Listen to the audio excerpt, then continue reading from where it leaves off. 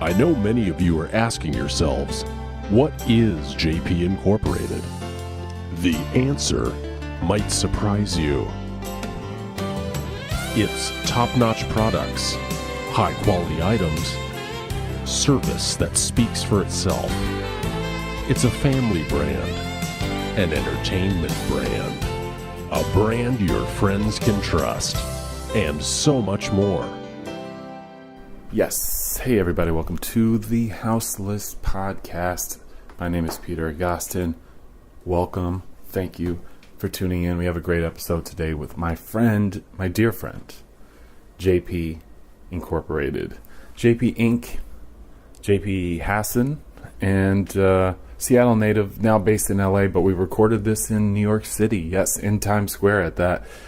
He's on tour with Tim and Eric as they crisscross North America on the Tim and Eric 10-year anniversary tour. You can see the tour dates at timanderic.com. JP, though, I've known for a long time, and you may know him too as a performer. First and foremost, originally as Plesiosaur, the Seattle, first it was a trio, then a duo, and then it merged into JP Incorporated, and I've worked with him as his agent for years.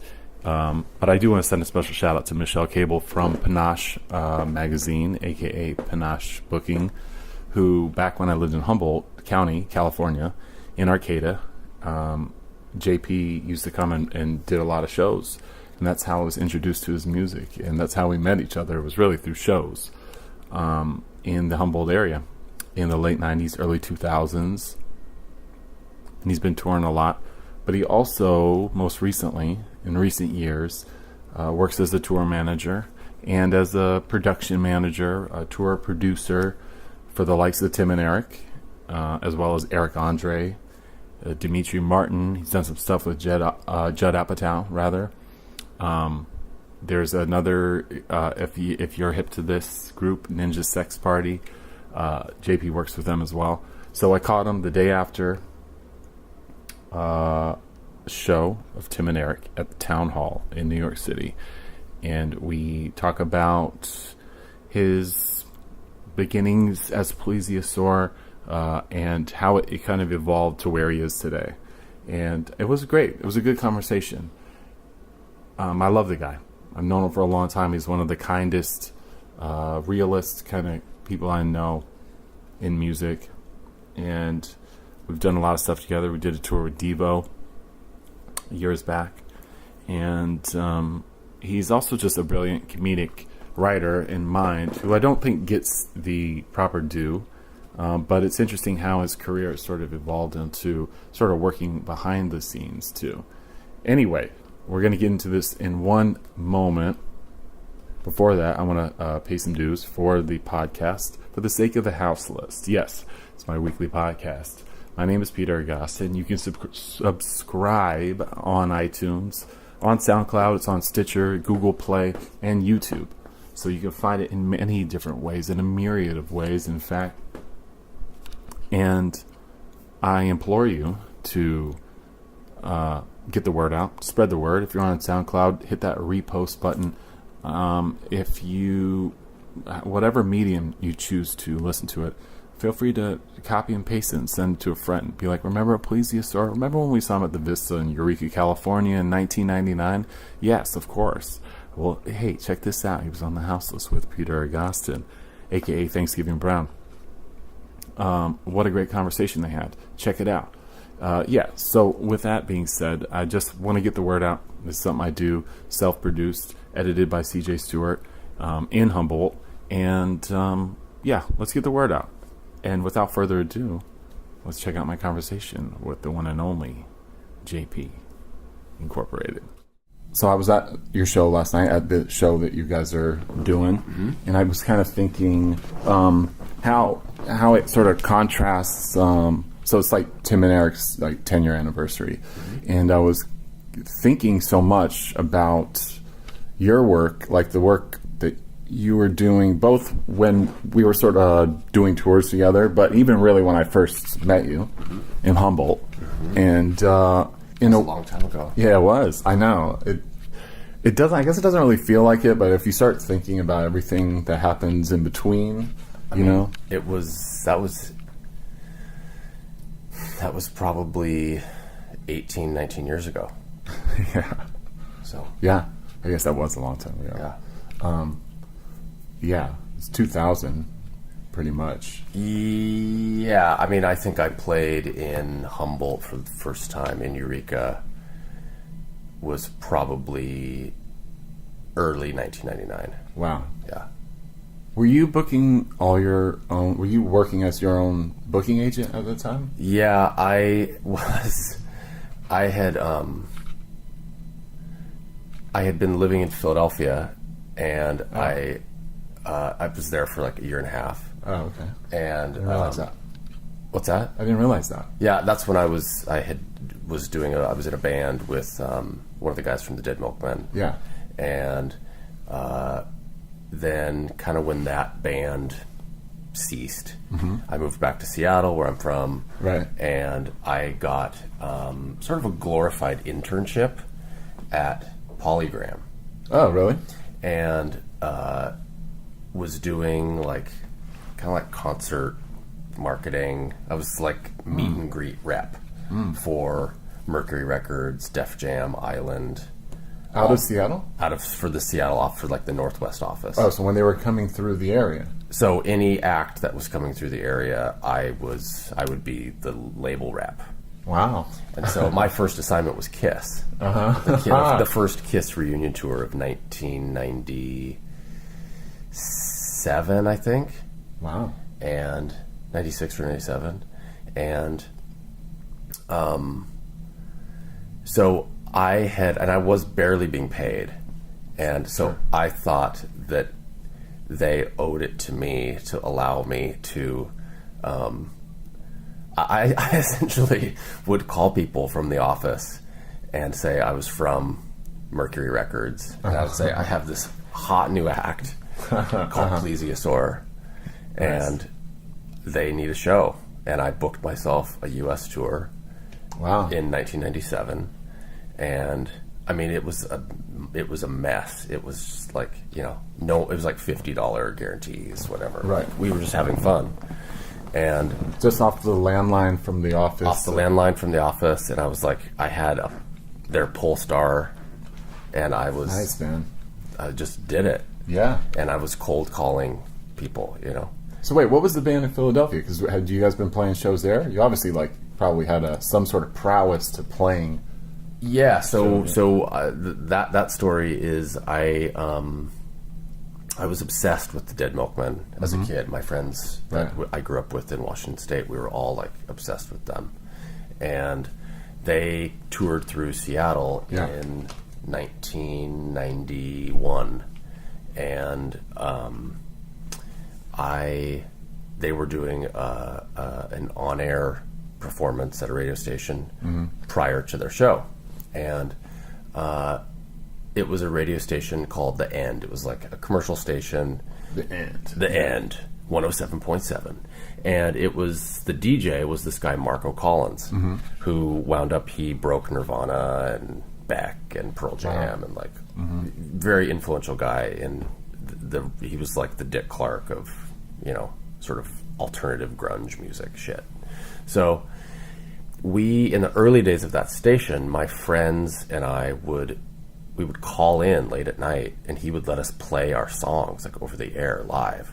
Like over the phone? Like over the phone. Wow. Like we were in my bedroom, and we'd like play our songs. Oh, like not like holding up to a tape deck? No, we were like playing our songs. We didn't have any recordings. That's awesome. So anyway, he thought we were like these silly, dorky kids from the woods, which we were. And so anyway, long story short, the Dead Milkmen were coming through, and we knew they were going to be on Marco's show.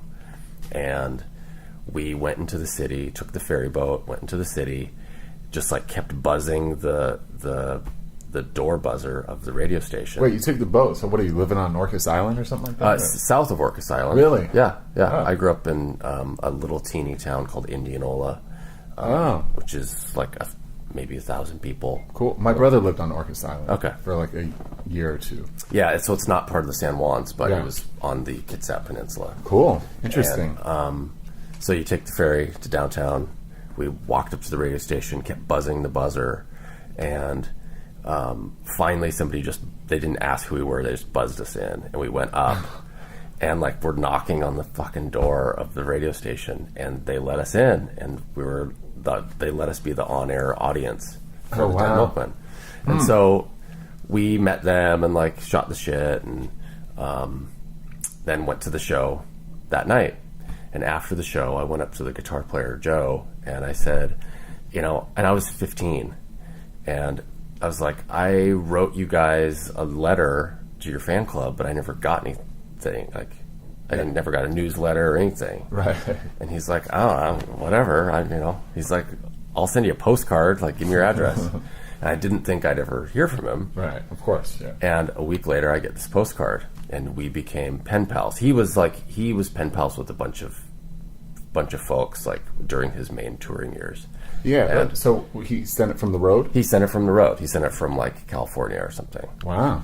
And of course, I took that and just ran with it. And we were sending letters all the time back and forth. And at that time, I had started making these sort of improvised musical comedy records in my garage with my friend Ben. And those were the first Plesiosaur albums. Were you calling it that? It was called Plesiosaur. Uh-huh. Yeah. So I would send them to the band, to the Dead Milkmen, and they'd be like, this is fucked. This is like so weird. And so over the course of some correspondence and like sort of talking about doing something together, right. They invited me, or Joe invited me out for a summer in 1994, and he and I did a record together, a duo called We're Not From Idaho. Oh, wow. And so that was between my junior and senior year of high school. That's amazing. And yeah, it was like my parents let me go. What was it? Where'd you record it? Like at his house, like cool. in their rehearsal place. It's like a 4-track style, or totally 4-track, Tascam, yeah, 488 or whatever it was, and awesome. Straight to cassette, 4-track, and it was for him. I don't know. It was probably just like something to do for a couple weeks. Yeah. For me, it was everything, Yeah. And so we did that, and it was just like a tape we made. Yeah. But it was a really fun collaboration. And then I came back, finished my last year of high school, and throughout that year, he had a side project called Touch Me Zoo with which was also another duo he had, and he wanted to expand it to be a full band. Uh-huh. So they got a drummer. They invited me to move out there and be the bass player, and I did it. I moved out there like 2 weeks after I graduated high school. Wow. So, and we toured a little bit and did a lot of shows and opened for like some really great bands. And you came to New York, I would assume, played in New York. Mm-hmm. What were the venues? Do you remember where you played? This is what, 96 or 95? This was 95, 96. So our first show was at the Trocadero in Philadelphia. Cool. Yeah, opening for the Rentals. Wow. You remember the Rentals? Of course. Yeah. And that That's was awesome. It was like first show we were playing in front of 1,000 people. Right. And that was, for me, that was incredible, That is pretty incredible, considering that like you've toured a lot since then. Like, yes. So that was really the first real authentic wave of like actually doing shows where there were people. Right. So it's definitely a little different when you go back out on your own as Plesiosaur, obviously. Yeah. So then we were all really young, and the band kind of fizzled, and I moved back to Seattle and decided to do Plesiosaur in earnest, and that's when I worked at Mercury and schemed my way through booking a tour. So how long did the label job then last for? Because when you I started was there a couple years. Yeah. Oh, cool. Yeah. Yeah, amazing. So And then- I worked with Kiss and Bon Jovi and like fucking Wilson Phillips and like all the, so it was really interesting because I really wanted to immerse myself and learn as much as I could, Right. so that I could be armed, because I knew that what I was doing was so stupid and so just like I needed as much information and data in order to make it work or to even get booked. Right. You know what I mean? To apply it to your own thing, because this is Exactly. like 90s major label rock, Everything commercial was like, radio, totally. like, there's probably a lot of money being spent on. Yeah, and I wasn't marketing. doing it for delusions of getting like a record deal. Right. I just wanted to be educated on that, and I never went to college, so like this whole thing was my schooling. Yeah. You know, So so then stepping into Plesiosaur, I mean, how do you, what was that experience going that first tour? I mean, you clearly were your own TM then. well, I'm yeah. not I mean, the mistaken. first tour was 3 people in an Acura, and we were just like driving around. Right. And there were shows, like I had friends in various places and they would Sure. come. But the first show I ever did in San Francisco, I got a show at the Hotel Utah, Right. and Remember that spot? it was, like at least I got a show booked. Like, Yeah, it's an important first step. totally. And the deal was I got 100% of the door. It's a Okay. $5 cover. And one guy showed up. His name was Salad. I will never forget it. His name was Salad Von Bako.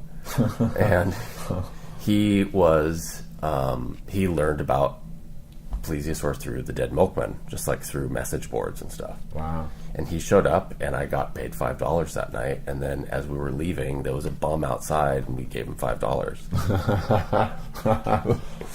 And then we Nice. like slept in the car in like Pismo Beach or something.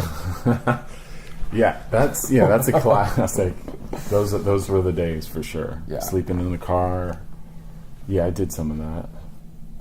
And you have to. I mean, it was. Well, yeah. I mean, you have $0. We had literally $0. and this is before. I mean, you I had probably saved up. Like this is when you used to have to you have to save up in order to go on tour. Sure. You know. Yeah, you work a job and you save up, and then you go on tour, and then you go back to your job. And, Totally. You know. Yeah. And it's maybe before you really had established any history with like promoters. There was and- no fan base. That was Right. like, yeah. What was the music? Because it was the first CD or the first release was the beef flavored island. The first one was it was called As Seen on TV. Oh right, Yeah. that was the yellow cover. No, that was the one. It came inside of a furry, the white fur, like, and then inside the spine of the CD, it had these calcium capsules. Yeah, I don't have that Yeah, it was really, it was weird. Wow. It was a beautiful package. It had like vellum, and it like there was all this layering to it. one. You did it all too, right? That one, I did the art, but the sort of design layout was myself and this guy Ben. Right. Yeah. So that was the guy that was rolling with you for those kind of first. No, that was Round Tommy. Oh wow. Okay. So Yeah, but Tommy was in that first tour. It was me, Ben, and Tommy. Yeah. Yeah. Yeah, because that's when I first saw you. Was when I think it was just more. It was this maybe the second kind of out. Yeah, like- because that first tour was me on stage, and I just brought them as friends to like hang out. We were Yeah. going on a road trip, and it was me on stage in an black and silver Evel Knievel jumpsuit, with a DAT machine. Really? Yeah, no screen, no visual component, nothing. Just Wow. like me singing songs With a DAT. to a DAT. That's It was pro. It something was else. like pro gear. Yeah, see, that's a great tidbit you learned from the major label Had world. XLR outs. You know? That's amazing. Yeah. Yeah, because the stage shows had already evolved a little bit by the time I saw you play. Yeah, and so then after that, my sort of group of friends had befriended this guy he was older than us. His name was Dale Travis, and he did. He's like a mad scientist, artist guy, and he did some stuff at Bumbershoot in Seattle called Dr. Electric's House of Shock. Okay. And he built Tesla coils. Oh, wow, okay. And he built all the stuff for like Man or Astro Man, and Cool. and we like became obsessed with this guy and sort of tracked him down, and we used to hang out in his laboratory all the time, which was down the street, and just he really loved the concept of how stupid Plesiosaur was and how it was just like essentially just like gibberish. Right. And it was really his idea to have 2 big screens and have overhead projectors. Really? Yeah. Okay. And it was like a suggestion in passing. Right. But I have to give him credit for it, because like I wouldn't have thought of it, I don't think. And so we were showing like film strips and totally unrelated images. Oh, okay. And then slowly I started designing like actual pieces of art to correspond with what I was saying, because like, fuck, wouldn't that be helpful, right? Yeah, I mean, yeah. Because otherwise it could be a little confusing with It was other so confusing. I don't know why anybody would like stay in the room while this thing was happening. Right. It was so weird. Yeah, because I mean, again, like that's what really got me when I first saw it in Humboldt. You had the overhead projectors and the and like the gels, or the silhouettes, and it's like it wasn't. I don't know what you would call it. I mean, it was close to what like a puppet show would kind of be like, but there was like a slideshow, Yeah, a puppet slideshow. show. It was art, but it was like modular and right. morphing live, and you could use the the focus and the transparency, Right. and like you could bring things into focus. Yeah. And that was a really neat. And originally there were 2 people behind the screen, so it was Right. Tommy and Ben. Okay, and yeah. they both did it at the same time, and I would get myself in and out of these costumes. Yeah. And Oh yeah, because you even had the you had the curtain, like this kind of silver curtain. Yeah. Like glittery, sequency thing. And that was the idea, is that I liked being in the world of kind of rock and roll, punk rock or Right. whatever, but putting on a show that was so out of place. And like, why would anybody see essentially like a Broadway, like a really cheap Broadway musical Right. at a seafood restaurant in Eureka, California? Right. You know what I mean? Opening for the bass player from the Melvins. Was that the tour? Yeah, with Thrones. Nice. Yeah. At the Vista, I'm At the guessing. Vista. Right? Yeah. Yeah. Yeah, what a great classic venue that was. Yeah. Yeah, I mean, it doesn't make sense. And even thinking about it now, there's no way you could have thought about the end, that you could have invented the end point. right. It was something that had to evolve. Oh, for sure. Well, obviously, even at that point, it had evolved It had from already, yeah, from nothing, right, and then to like barely anything, and then to actually something where it's sort of, there was a story arc, throughout the show. There was right. like, The albums were kind of conceptual in a way too. they were obviously. very conceptual, yeah. So were you like when you were at home doing this? Like, were you like, how would you build out the actual show? Because it has to be pretty methodically like put together. By the time it's like really moving, like maybe a year or 2 into it. Because for me, again, like I think I didn't see you play until 2000 or 2001. Mm-hmm. And I'm really trying to figure out the first time I saw you, because I lived in Portland before I went to Humboldt. So I know it was somewhere in between, like, to the year 2000, I guess. But well, I remember I saw your name when we rolled into town to do a show in Eureka. I would play Eureka like 2-3 times a year. right, You know, and it was in that circuit. It was a reliable place to play. it was reliable. You could play it, and people would come. Yeah, And they were nice, and everybody was welcoming. yeah, definitely. It's And very out of the way, you know. If like yeah, it's off the beaten path, right. but it made sense. I mean, I lived in the Northwest, so if Yeah. I wanted to play in San Francisco or L.A. or whatever, like, why not take an extra day and play in Eureka? Right. So, Sure. some bands did like Chico and Sacramento. Yeah. I played Eureka. Yeah, it's either you go off the 5 or the 101. Yeah. And I mean there was a scene that was really thriving, I think, around that period of time, especially for experimental music and rock bands and sort of like in the world that you kind of came out of, because there was a few other your contemporaries all did well in that town too. Sure. You know. Yeah. But did we meet at a show? Well, no, I remember coming through town and passing the Red Lion Hotel on the 101 South lanes Right. and seeing the marquee, and all it said was DJ Thanksgiving Brown.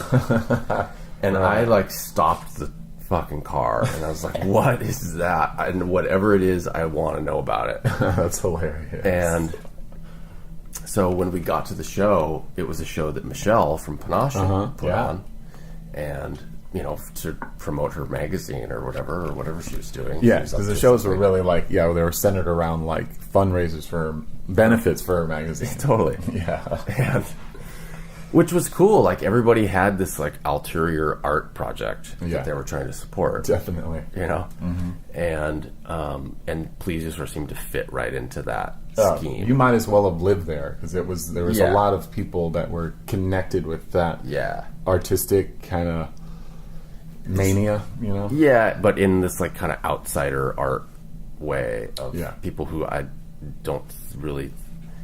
It seemed like people who were out, didn't fit in a certain scene. Or one specific scene. Like, they crossed over to... Yeah, well, geographically, they don't fit in, like, to like any major market or major metropolitan area. And it's such a transient town, especially then too. It was the university was much smaller too, so the people there, it was a lot of locals that were there that were going to the shows too. I mean, and when I moved there, I didn't know anybody, and it was definitely a trip, like kind of acclimating to that town, because I went there for school basically. I mean, I sort of stumbled into it, but and DJing. And I'm trying to remember DJing at the Red Lion, because it's like a motel and shit. It's like the biggest hotel in town, but it's like not the best. No, not at all. They had like a lounge, like a 70s kind of smokers lounge. Totally, and I thought that would be like a really interesting place to play, and I always wanted to try to play there, but I never made it happen. Yeah. There was also Denny's that was doing shows. Yeah, I DJ'd there too. Yeah, I really wanted to play at the Denny's. Yeah. But that never worked out. In theory, it sounded a lot cooler than what it was. I mean, totally. It would have worked. It would have been very cool for you to play there for sure. I didn't always have the greatest experiences in those places, but I mean, you did play like the kind of historic venues of that time. The Vista, the Alibi. Alibi did the one in Samoa. Yeah, well, the Placebo. Did the Placebo? Did the the Samoan? Well, you did like my the art center. Yeah, you did the Big Room, which is a rare place to see shows, because you did. And a lot of people came for sure. You did my last show I ever did there in Humboldt, right before I moved. Where was that? It was the one. It was at Samoa. Oh, okay. I'm pretty sure. Okay. I'm pretty certain, because I remember the flyer.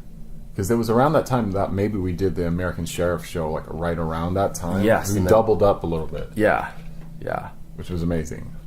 Well, I mean, we could talk about Humboldt forever.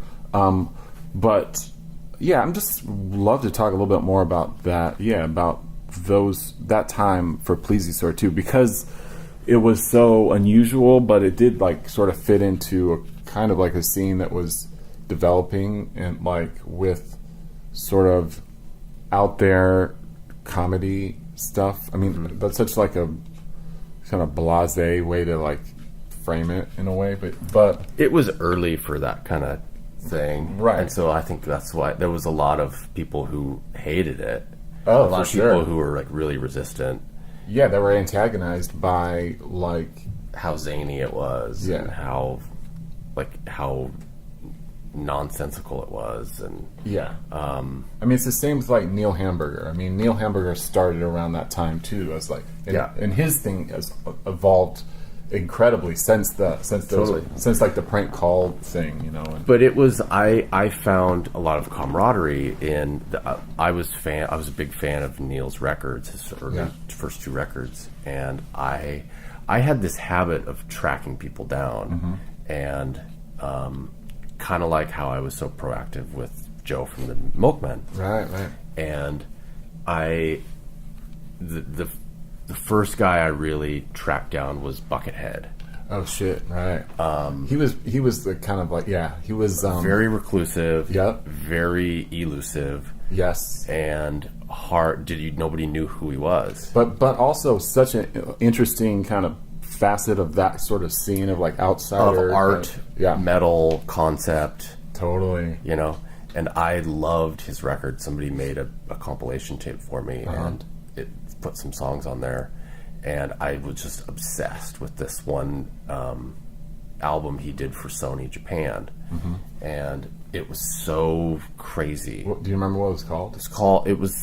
I think it was called Giant Robot, but he also did like 4 albums called Giant Robot, so it's kind of hard to figure out. But Buckethead. Wow. So I called for about 2 years. I found out who his attorney was. Okay. It was this guy Stan Diamond in L.A. Of course. Like, it was such a classic L.A. like lawyer name, Stan Diamond. Oh yeah. And I called Stan Diamond's office once a month. I was like, "Here's who I am. I'm looking for Buckethead." 2 years later, it was like 8:30 in the morning. Phone rings. I wake up, and they're like, "Oh, hey, is JP there? This is Buckethead." And I thought it was a friend, like, pranking me. Sure. Right? And he finally called me back. And he's like, I finally put 2 and 2 together. Somebody had put some of my songs on a mix for him. Oh, wow. And he's like, I've heard that you do a crazy thing. And I was like, we need to do some shows together. And he hadn't really done any shows yet. Oh, wow, really? And so he had done some. He was in that band Praxis also, with Bill Laswell and stuff with Bernie Worrell. Which is kind of a different ilk in a way, right? Yeah, that was more like weird prog noise metal kind of thing. Right. But the Buckethead entity itself was to me it was like an art piece. Well, yeah, he had a KFC bucket on his head. You know, yeah, but his first shows were like solo. It was him with the DAT machine playing guitar. Really? And so I was like, we need to do this tour of like 2 one-man shows, and it'll be real lean and mean, and we're going to have a great time. Yeah. And so I booked it. I booked us a West Coast tour, and it was like kind of shitty. People came. People were familiar with him? Oh, yeah, people came. Yeah. Like, I mean, we were getting maybe 300 people a night. Not bad. And we played Seattle, Portland, San Francisco, LA. Cool. And then we did some more extensive touring throughout the years. But and then Neil Hamburger was the next one that I tracked down. I found him in Australia. Oh, wow. Yeah. How'd you find his music? Neil's? Yeah. Well, music. I mean, his albums. Yes. My roommate, the guy Joey that I grew up with, his dad has this massive record collection, and was always buying new music and comedy and stuff. Yeah. And Joey came home from hanging out with his dad one day, and he's like, "You have to hear this record." And it was America's Funny Man, his first full-length album. Yeah. And I was dying as it was incredible. It blew my mind. And I figured out who his like fake manager was, and I emailed this person relentlessly, and he finally wrote me back, and I was like, "You should do shows." And he's like, "Okay." Was he just a recording? He was just recording. He was just recording, and I think he had done a couple shows in Australia. Well, he comes out of bands though too, right? I mean, he was a musician. Oh yeah, he was in like crazy San Francisco scene. He was in a band, the Zip Code Rapists. He did stuff with. He used to tour manage for Mr. Bungle. Oh, amazing! He was another great Humboldt connection. Totally. Yeah. And Meat Puppets, like that whole thing. He toured with them for years. Yeah, amazing. And so our first show together was in, I think, 2000 in Bellingham. Nice. And in like the most disgusting place you've ever seen. Perfect. And I remember I was really nervous to do a show with him. And I remember there were like maybe 50 people there. Right. And I remember I was just like locked on him in the audience. And he had this look on his face the whole time, like what is this? And I was bummed. I was like, oh, he's not liking it at all, and I want him to like it so much. Right. You know. And then after between me and him, he was like getting ready, and he's like, that was insane. He's like, I'm in love with it, and it just made my day. And he and I have become. I would consider him to be like a family member now. Yeah, you guys are super close. Super close. You've done countless tours together. He and I have done. I mean, I would say maybe 200-300 shows together. That's amazing. So, I'm such a fan of his performance. I mean, I feel like every time I see him, it's like almost like the first time all over again, and just he's so. I respect him because, I mean, for many reasons, but he's constantly doing new material. Yeah, which is about dated things. Yeah, which is amazing. But he also he peppers in his old stuff too. Yeah, but he packages it in a different way. Right. Every time, and his easements in and out of the material from new to old or concept to concept is like really interesting to me. Yeah, that's a great way to frame that too. Yeah, because some of those bits he's been doing for a while. Yeah, Red Hot Chili Peppers, Courtney Love, and they're just they never get old. Fun. Yeah, they're just I mean the topical, Whitney Houston. Yeah. Well, and just I have so much respect for anyone that can disengage from the crowd or antagonize an audience and be totally like impervious to it whatsoever. Like there's a great art in that too. And I mean, you guys, it's interesting because of what having just seen the Tim and Eric show last night and how that they obviously play. They've obviously like influenced a lot of younger comedians, I guess, if you will, and sketch writers and stuff like that. But they're part of that lineage too, without a doubt. That you guys were. I mean, coming from regionally from different places, but I always feel like with Tim and I had some overlap. We never knew each other, but when I left Philadelphia, he's from that area. Oh, that's right. We deduced that he took over my job at this like shitty college recruitment video distribution center. Really? When I moved back to Seattle, he took my job. Huh. And we figured that out at dinner like 10 years later. Wow. And so okay. I always feel like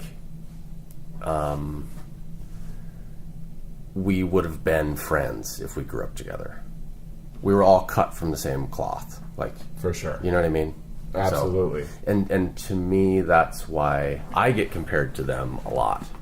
And I mean, I doubt that they get compared to me because they're far more well known than I am. You know what I mean? Yeah, but the medium is like, as far as the performance goes and the way, It's all right there. yeah, I mean, short form, parody, Yeah. video, and music, like Yeah. engaged into one another. It's exactly the same genre. Totally. You know. Yeah. I think that's why, like, because I was familiar with your work, you know, well before theirs, and really because it sort of predates the internet, because it's really comes from that touring, that punk, DIY, very West Coast style of like touring. So in like with Plesiosaur and Neil Hamburger, and then like Wesley Willis and Grand Buffet, and but then there's like stuff like the more experimental shit. I mean, even like a Buckethead is such a great like facet of that. Just outsider, non-traditional, but touring in shitty rock dive bars and stuff like that. And that, We weren't necessarily doing it because we wanted to. sure, You know, I get that. We all would have been playing like beautiful jewel box theaters if we could. Right. But it's just what we knew Yeah, and and what we had access to. Yeah, it's access is everything too. I mean, the fact that you can pull off like the slide projector with like a curtain and like countless costume changes like in a 45-minute set in like 150 capacity like dive bar, you And know? then pack it all in a minivan and move on. Yeah, You know, for relatively low cost. for sure. Yeah. Yeah, and like sleep on people's couches and floors and shit. Totally. Yeah. So I mean, it's in that same world. I mean, that's why I think it's so fascinating too, because those watching, since it's a retrospective of what Tim and Eric are doing too, watching those old sketches, which there is some crossover from what you guys what when you were touring, especially as Plesiosaur turns into like JP Incorporated too. It's it's all the same to me, because too musically and conceptually there's a lot of similarities, like as far as like where the gags are at, I guess, you know, in a way, for lack of a better word. And I'm trying to find an interesting bridge into that too, because I guess really how does the Plesiosaur thing turn into JP Incorporated? Because that's really, we have like a second chapter of us knowing each other too, because we started really working on booking shows together. Yeah. So I was touring so much as Plesiosaur. Yeah. I was touring, opening for much bigger bands. Right. And that was always the thing, was that people,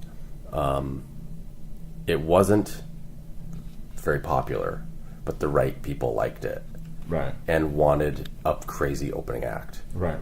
And I was cheap.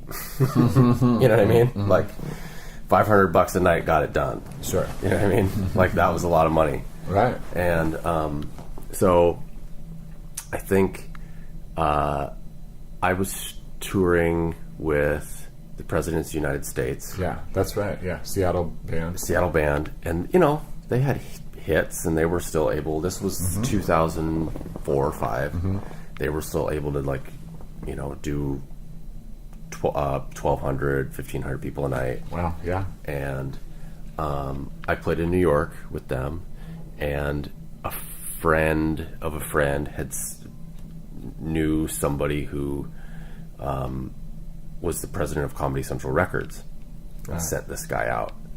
And he came up to me after the show, and he's like, "What would it take to have you do a record for us?" And in my mind, I was thinking, well, not much. Yeah. But I had, he's like, let's talk in a few days. He's like, finish this little leg of your tour and let's hop on the phone. And so I wound up signing a deal with Comedy Central. They did what wound up being kind of a, not like a greatest hits, but like it was a lot like all the old songs For Plesiosaur. Right. I re-recorded them. There was a DVD with it. Yeah. I made a cartoon, and I regret that I did it that way. Really? Why is that? The Because presentation of it, or it wasn't ready to be released, and I didn't know any better. right. And I rushed it, and I am still, it still bothers me. You know. Why? So- Because the opportunity was there, and you wanted to take advantage of it, right? Or, Yep. Yeah. Yep. And I think I tried to do too much in too little time, and it was a very ambitious project. I mean, we did a 30-minute fully animated cartoon Right. with like 12 music videos that were all woven together, and then I had to redo all these songs. Yeah, that's a lot. And the animators were like fucking amazing, overworked. It was all the guys who did C Lab 2021 yeah. and now Archer. Oh, amazing. And I paid them barely anything. I mean, there was no money, but they were all like the nicest people. Like, I am eternally grateful for their work. Yeah. I'm sure they're still sleeping it off because like, it was such a grind. Right. But you know, like, we had to cut some corners and like whatever. And it was a learning experience to like really. It was a hard lesson to learn Yeah. with what I thought were big stakes. You know what I Right, mean? right. Like, it was essentially my big major label effort. Yeah, because before that, it was these kind of totally small. I labels. I was essentially self-releasing them. Sure. Because Imputer, that was just you, right? No, it was two other guys from California, and they were doing like weird electronic music, Right, and, right. but they had distribution, and they're like, do whatever you want, we'll distribute it, Right. put our logo on there. But yeah, nevertheless, I mean, Comedy Central, especially Comedy Central Records at that time, they were putting out like, you know, big comedy. They were albums. winning Grammys. They Yeah. were, you know, and like the success of Dane Cook and Right. all these big people allowed this guy to release the like really weird stuff. And I think most of the people there didn't like what I was doing because nobody was doing anything like that. You know, it was before Tim and Eric's show. It was Yeah. before the big wave of Adult Swim kind of stuff. Yeah, it predates that for sure. And there was always this discussion of, let's do this record, let's do this DVD, and we'll kind of keep it in the conversation as to maybe develop something for television. Yeah. And Yeah, I always thought that was like the... there was never any traction, Right. which is fine. Like, I at one point wanted to have a TV show. I don't think I do anymore. Right. So anyway, it was like probably their least successful release. But that's fine. You know, that's Yeah. okay. Well, then, yeah, that's totally fine. I mean, you're still standing. I mean, Yeah, and so then the guy that I was touring with a lot, he and I stopped working together Right. at around that time, right shortly after that, and Comedy Central came to me and said, "Well, we want you to do another record, but why don't we blow this thing up? And I think you should try something totally new." okay. And so I did that, like, and my dad was my main source of like support for that thing. My family, really, in advice, and my dad's messaging to me was always like, he's like, you're doing this thing that it had evolved into me coming up with things that I think people are gonna like. Yeah, okay. And I wasn't doing it just to do it. It wasn't a true expression anymore. Yeah. And that's when all the fucked up stuff was so good, was when I was just like doing it. Sure, of You know, course. like anything. Yeah. And I started overthinking it, and so he's like, you need to totally redo this thing. So I did it. I called it, I wanted to do something really generic and where I could really do anything I wanted at any time. So I called it JP Incorporated. Mm-hmm. It's just about as generic as it can be. Yeah. And I did a record for them. And Yeah, for Comedy Central. For Comedy Central. Yeah. I really liked it. It was really fun to do. It's funny. And thank you. And it was all these like fake TV theme songs. Yeah. And then started touring that. Did you produce it all? Yeah. You did all the instrumentation and all that? I did most of it. There are some songs that were like fucked up MIDI files that I found and like totally redid. Oh, interesting. Okay. Like I would find some like Romanian home composers like MIDI file database, Right.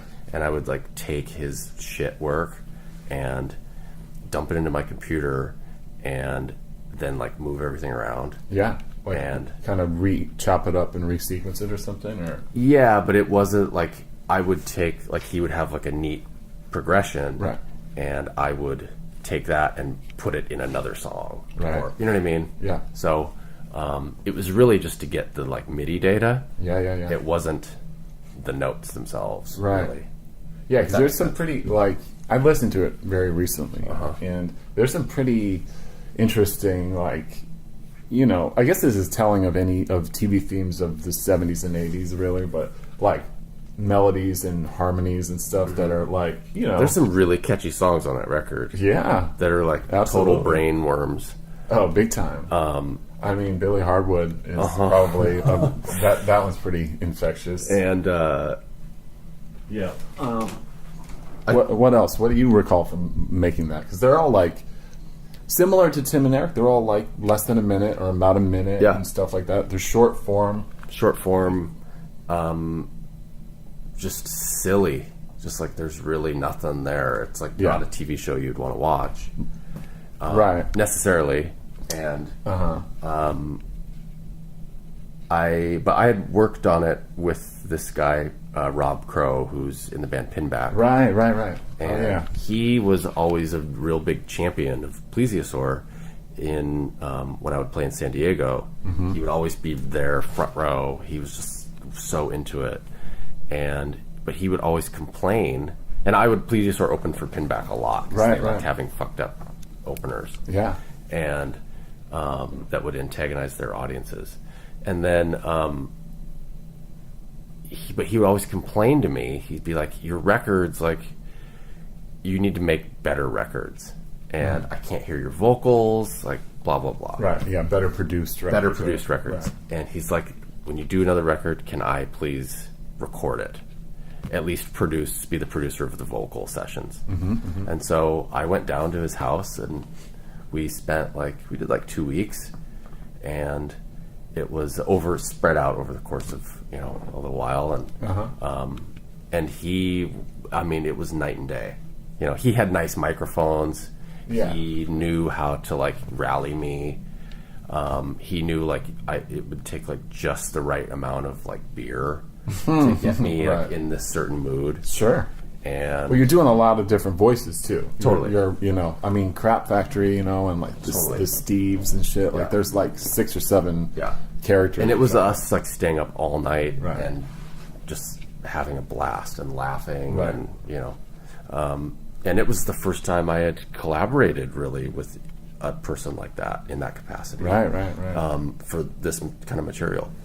So Because then those shows, it's like that's what kind of turns into like how you sort of do live shows now in a way, right? Like yeah, it's one-man now, show. It's now a one-man show. I have a big video screen. Yeah. The overhead projector, slide projector component turned into videos Right. that I make, and then I like sing to the tracks, and it's more of like a corporate presentation now, yeah, which is a fun angle to do.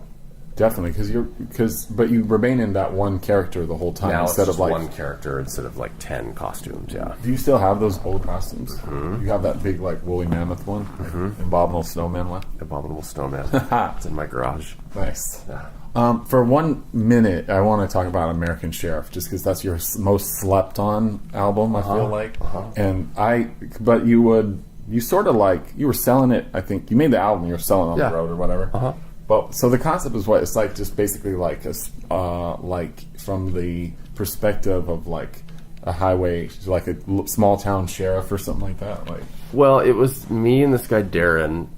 He was one of the guys who ran the Imputer label, and he was he had found these like production records and of production music, but like pretty old. right? And he started fucking with them, and then I was at his house one night, and I think I just like improvised something to tape, and about like a police officer who was also like a farmer or something. Like it was. Yeah, there's like a country theme, right? Yeah, like an and so- Americana thing. Yeah, it's essentially like two sheriffs from some like backwoods county who do like a country rap album, Yes. you know. But all the songs are about, you know, police work and farming and animals and things like that. It's like a very American record. You know? Yeah, it's really silly, Yeah. but There was a video for it too, right? Or No, we never did a video. No, but the album was released on a piece of wood. It was like a plank of like plywood, and then we had these like little silicone nubs, and then the CD like sat on that. Oh hell yeah! I think I remember that. Yeah, because it's like the two eagle head sheriffs with like their sheriff hats and shit. Yeah, and we did a few shows. Yeah, no, we did one at the Alibi. I DJ for you. Yeah. Which is a very memorable experience. So then, are you doing? I mean, I know you're busy now, but are you doing music stuff at all? I mean, are you doing JP Inc. material? Some, yeah. I mean, like I've done some shows this year. I did a tour with Neil Hamburger a couple months ago, and Do you record? not as much anymore. No. I mean, the stuff that I'm doing now has turned into a lot more just visual art, Yeah. and I've been working on a book for about a year and a half, 2 years. Can you talk about it? Yeah, it's really just it's kind of like it's a coffee table book. It's an art book, but it's sort of the corporate prospectus for this fictional corporation of JP Incorporated, and it's all the products and services, and it's like a catalog. Nice. It's really strange, but it's for me, it's really fun. So Yeah, it's like because I'm touring so much with other people producing their shows, Yeah. that when I'm home, being home is like my vacation, and this is a very zen way for me to sort of create things. And I'm kind of burnt on making music. So it's like pictures of like parking lots and like complexes and like cubicles. And, There's some of that. It's mostly like package design for fictional products, Right. or kind of advertisements for generic services, Right. and some of it's tied together. Some of it reflects old, even like plesiosaur era stuff, like No Problemo. yeah. Well, the songs were very product driven. Everything's like a commercial for something. It's like trying to sell something. Yeah. So did you watch a lot of TV? What were like as a kid? Yeah, I mean, Yeah. obviously, Yeah. right? I mean, every song is like about TV. So what, like sitcoms and stuff? Or? Yeah, I was into sitcoms, game shows, What were commercials. Well, yes, of course. Yeah. Yeah. What were your shows like? Say when you were middle school, because we're kind of like the same age. I think we're a couple Yeah. of years apart. Yeah. So growing up in the '80s, basically. Yeah, I mean, like my sisters and I watched a lot of Different Strokes. Yeah, that's a good one. Three's Company. Those are good themes. Both of those. Both great themes. Silver Spoons. Yeah, Ricky Schroeder. Ricky right? Schroeder. And then as I got a little older, I was way into the Golden Girls. Yeah. as like a young high schooler, or I remember like Friday night it was like Golden Girls followed by Empty Nest, Empty Nest, yeah. you know, Right. starring Joey Suzu, and And then what was the it's another one that was like right around that block of time about like the single ex-husband or the widower. Dear John, Yeah, Dear John. yeah, with Judd Hirsch, Yeah, yeah, love that one. That was a great show. So what is this I mean, all? it wasn't great, but it was like I watched it. Yeah, definitely. I mean, it was probably just maybe a couple seasons, or maybe it was on for. It was like 2 seasons, Right. Yeah, So this is like all like NBC, ABC. just the basics. Yeah. Yeah, but I grew up with cable too, so Right. Oh, so did you have HBO back then? we had HBO. Wow, And that's so big. like my friends would come watch HBO on Yeah. the weekends at my house. You know, What was this? I love this HBO show. I can't always try to. I always forget rather the title, but it's set in New York. It was like a TV writer in New York. It was an early HBO half an hour comedy. late at night. It was that wasn't the name of it, but yeah. No, but it was like it had like late at night. it had like adult themes. Dream On. Yes, that's what it was. Yeah, love my that. friend Paul used to come over. We would watch Dream On because you could see boobs. Right? Yeah. It was funny. It was a comedy that like they kind of worked in some sex. There was like, some sex stuff. Yeah, Yeah. yeah, and like that was a great opening theme with the kid in front of the TV. totally. Yeah, I love that show. I would love to be able to see that again. Yeah, Watch it that. probably wouldn't hold up, but No, not at all. I mean, it's like 1990 or something like that. Yeah, And I something think like that. Early 90s. yeah. Yeah. I mean, I watched so much TV growing up too. It's like, your siblings are older than you. Yeah. Yeah, I have 2 older sisters.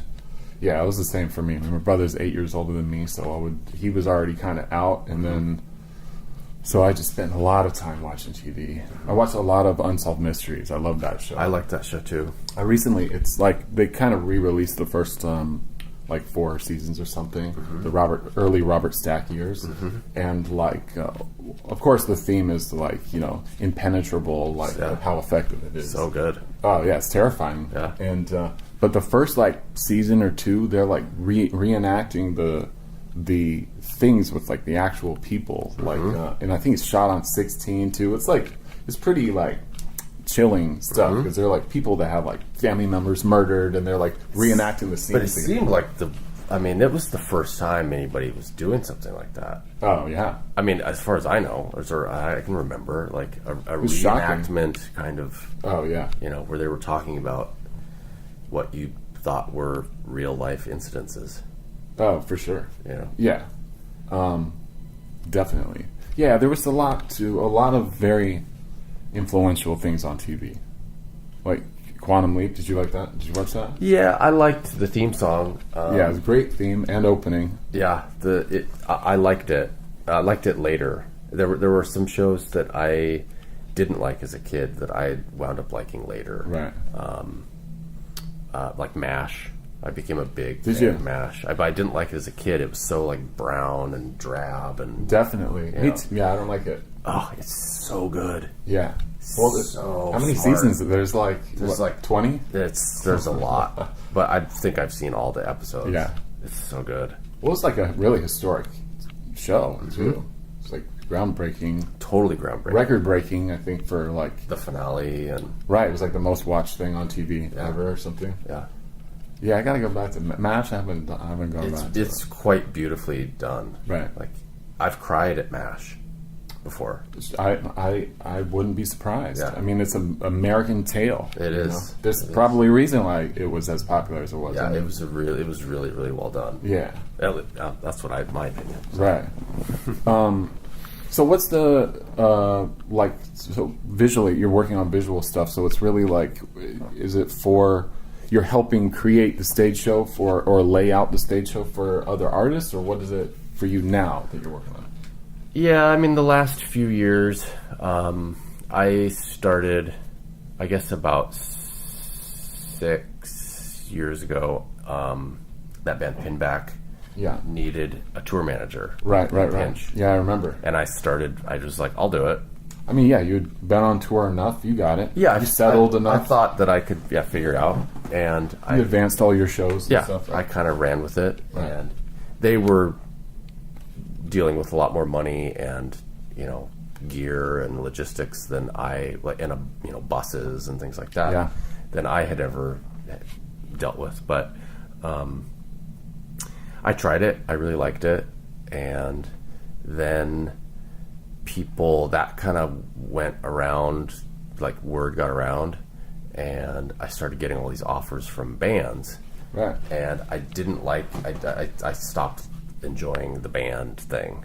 Like, Right. I worked with people I didn't know, and I didn't enjoy that. Sure. Well, people start hearing, oh, you have a good tour manager, like, Yeah. you can stay on the road. Totally. And I didn't want to do that. I loved touring with Pinback because they're like family. Right. But dealing with other people, I won't name the bands. But, Yeah. I get it. I get it. It's not a great. I mean, it can be, especially. It depends on the company you're with. But it can be either probably a pleasurable job, Sure. or a total pain in the ass. Totally. Because And there's a it's- lot of work. The tour manager is responsible for everything. Yeah. So. And then I took a little break and I started doing more shows for myself again. Right. And then people started calling, like Tim and Eric were like, how, and it goes back to like, my thing was never that popular, but the right people liked it. Right. And the messaging was essentially, we like your show.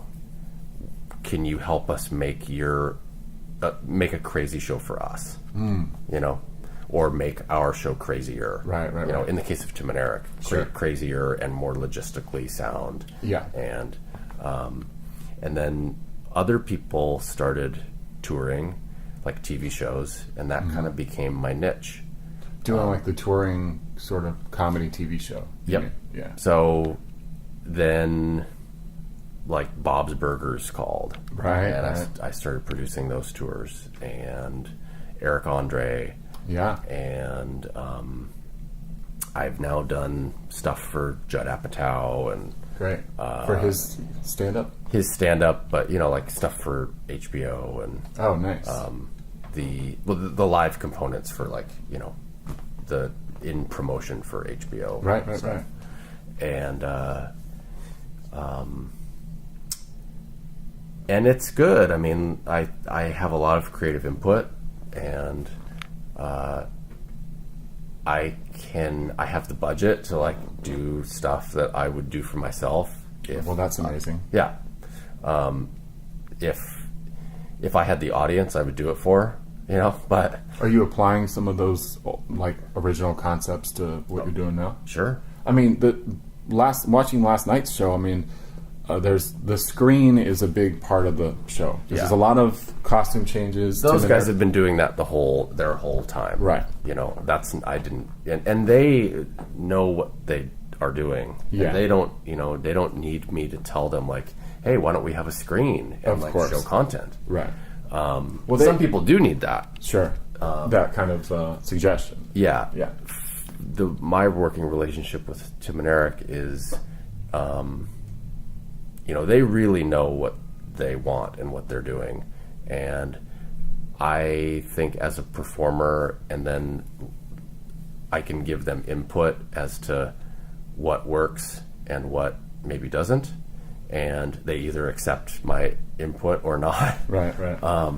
How much do you and Doug do work together? Because he's obviously controlling a lot on stage too, right? Yeah, Doug is controlling all the cues. Yeah. And then I'm directing from off stage. I do all the lighting cues, and direct the stage. Yeah. And then I play. Previous tours I've played more characters. You have one Yeah, though. so- well, I mean, I come out. But you do one voiceover too, if I'm not Oh, mistaken. I do. Yeah, I do. I do play the voice of Chad, the AEG promoter. Yes.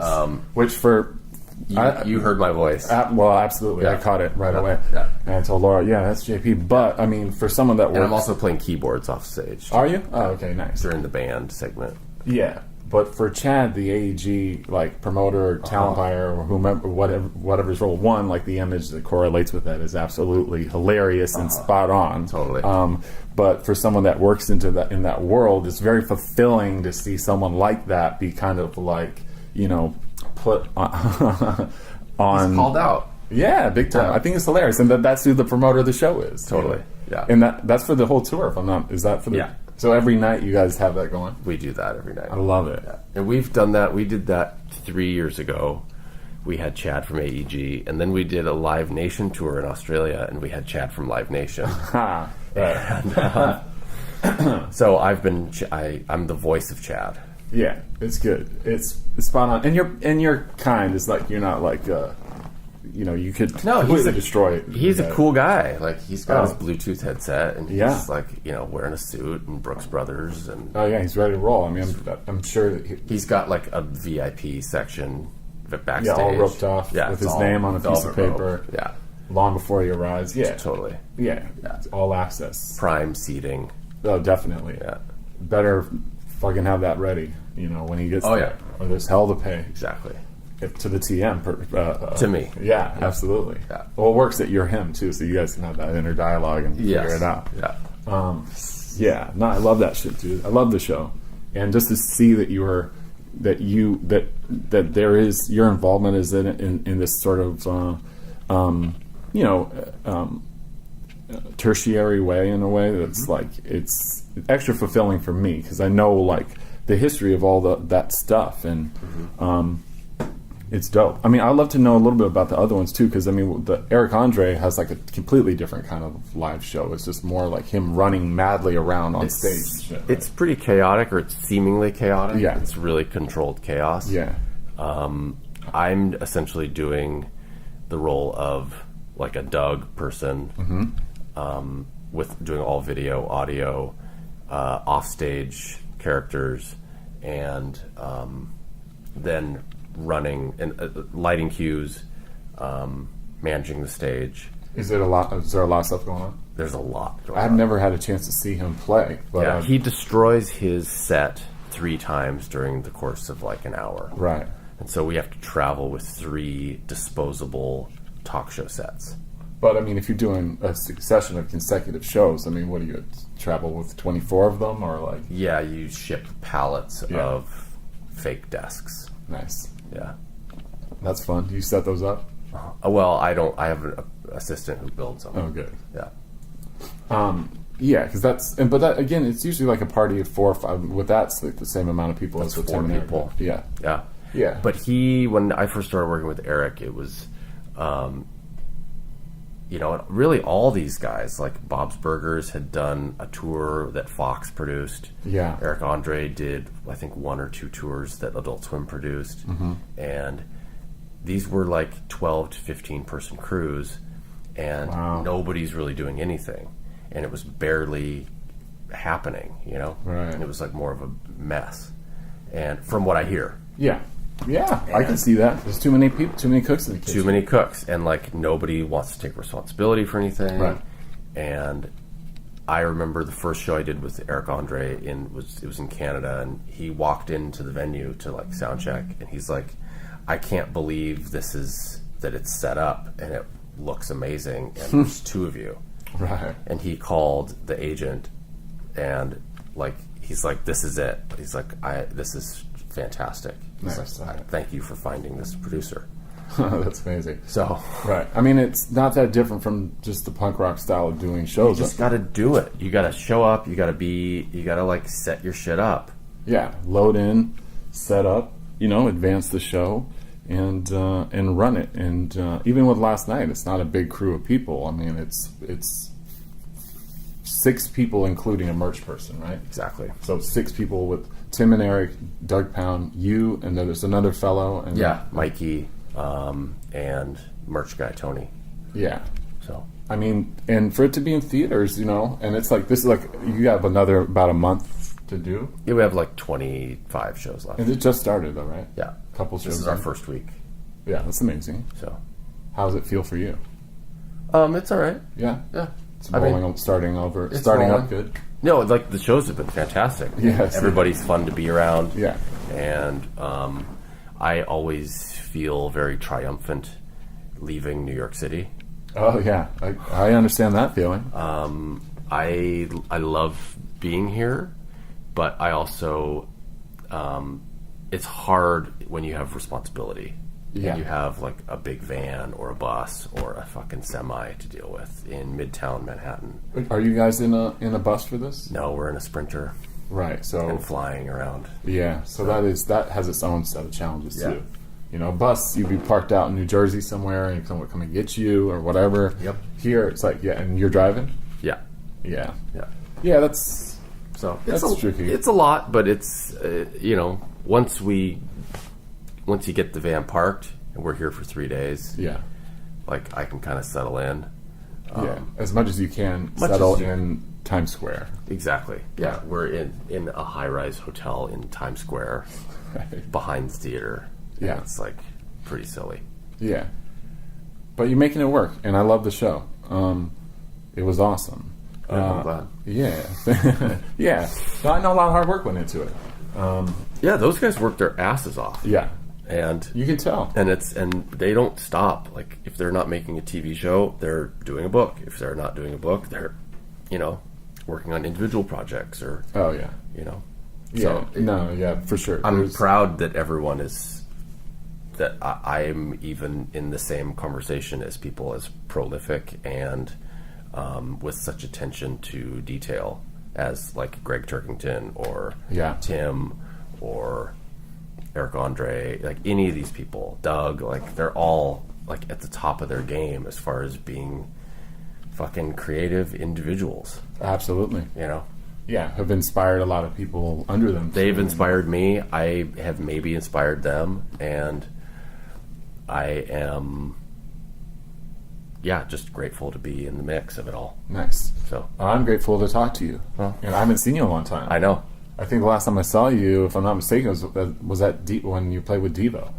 You opened for Devo. Maybe there was a time. I think we've after. seen each other since then. Okay. Yeah.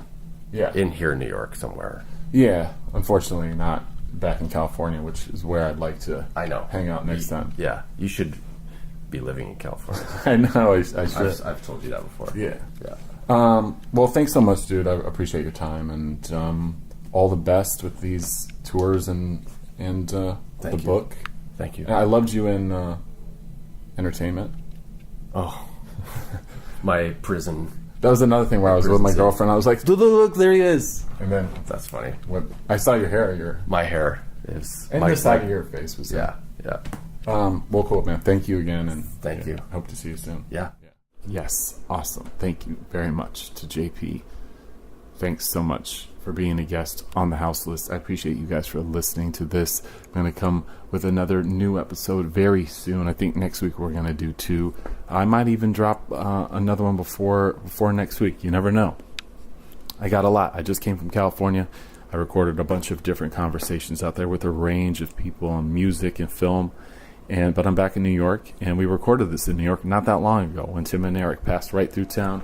Catch them on tour. See their tour dates at timanderic.com, and you can find JP Inc., as we mentioned, playing the role of Scott from AEG, which is hilarious to me. I found particular joy in that portrayal, and it was quite accurate, in fact.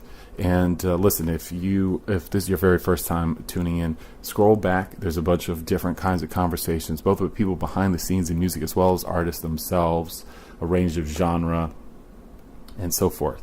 So if you're listening in iTunes, just hit that subscribe button. Otherwise, please get the word out. I appreciate it. You can find us on Twitter at HouselessPod, and I'll leave you at that. But before I go, I'm going to leave you with a song from JP's Comedy Central album from 2009, if I'm not mistaken, an album of distinction. And this is Heels and Hoops, one of my favorite joints off that, produced by JP Incorporated. It's on iTunes. You can find it. Check it out. Otherwise, if you can, go to jpinc.tv. That's jpinc.tv for any updates on tour dates. Catch him live if you can. I'm telling you, it's awesome and entertaining. He's a brilliant comedic mind. Catch him when you can. He often tours with Neil Hamburger too, which is an incredible pairing. And I love the family that JP is a part of, from Neil Hamburger, Tim Heidecker, and Tim and Eric, and on, DJ Doug Pound. All hilarious and very amazing, unique voices in comedy that should be paid attention to, and you should spread the word if you're not familiar with them. So anyway, check them out, and especially my man JP Inc. Plesiosaur.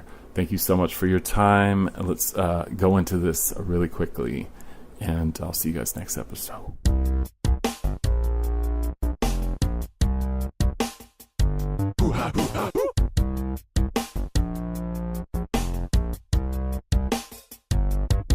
She drives a sexy pink convertible with rusted truck wheels. I'm a lady past the ball, wear a pantsuit from the mall, coaching basketball. It's Billy Hardwood. The adopted kids and tasty dinner with her like on the We used grills. to ball for Carolina, they still talk about my vagina. Heard they built the Shriner to Billy